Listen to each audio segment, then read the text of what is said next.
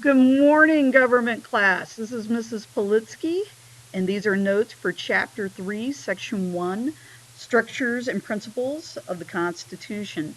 And before we begin, you will need your guided notes, that worksheet that I handed out the other day. We are doing just the top portion of that, so Roman numerals 1 through 3. And before we begin, we have any shout outs for our listening audience? Carter's not here today, so hi, Carter.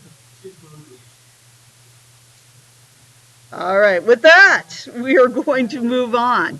Take a look here at your sheet. We're going to talk about the goals of the American government stated within the preamble. The preamble is that first part of the Constitution.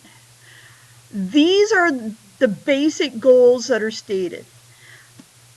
To form a more perfect union, to establish justice, to ensure domestic tranquility, aka peace, to provide for a common defense, to promote general welfare, that's well-being, and to secure the blessings of liberty.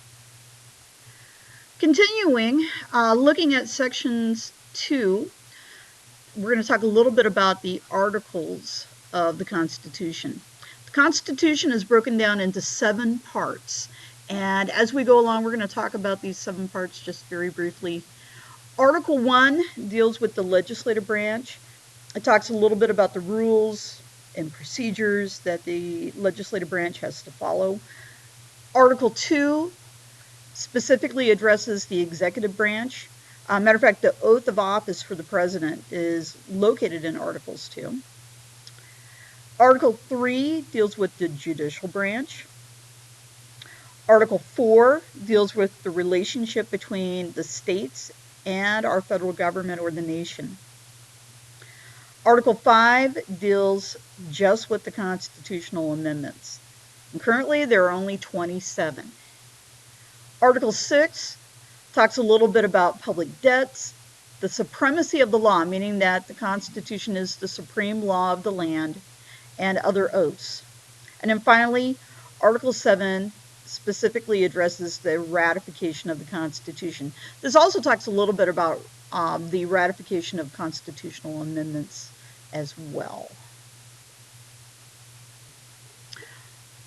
Article 3, or Part 3, Roman numeral 3, I should say, the purpose of the amendments. And the purpose of the amendments basically allows the Constitution to remain responsive to the needs of the changing nation.